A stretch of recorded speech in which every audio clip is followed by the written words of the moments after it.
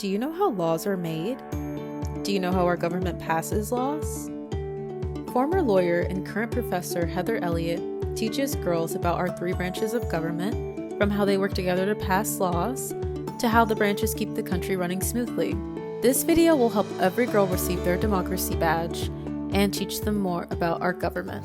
So my name's Heather Elliott, and I have a funny title. I am the alumni class of 36 professor of law at the University of Alabama School of Law. And I get emails from people saying, you can't have graduated in 1936, but that's the name of the people who endowed my position. And I got started in the law in my late 20s. I went to law school, and then I worked for a couple of judges, and then I worked at a law firm in Washington, D.C., and then I became a law professor. The United States is what's called a federal system, which means that it has both a national level government, which is what we call the federal government, and then it has state governments that are over different areas within the country. And that structure in the United States is set up by the United States Constitution, where the states agreed to give some power to the national government and then retain some power for themselves. So everybody in the United States is governed both by federal laws that are enacted by federal institutions, and then also by state laws that are enacted by state governments.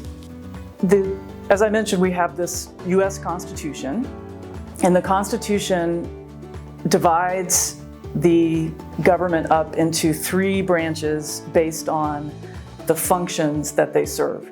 So we have one branch, which is called the legislative branch, and that is, you may have heard of Congress, and the Congress is made up of the House of Representatives and the Senate.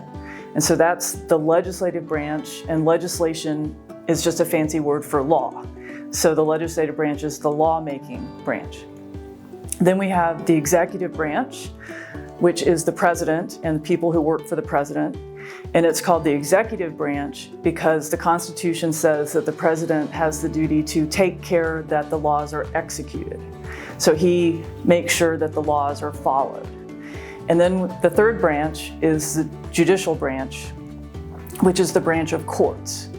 And the role of courts in the federal system is partly to make sure that those laws are followed and that the president is doing his job, but it's also to protect rights that we have as individuals.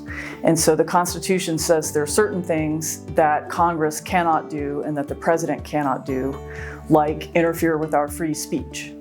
And so the Constitution tells the courts to protect us from infringements or interference with our free speech, for example.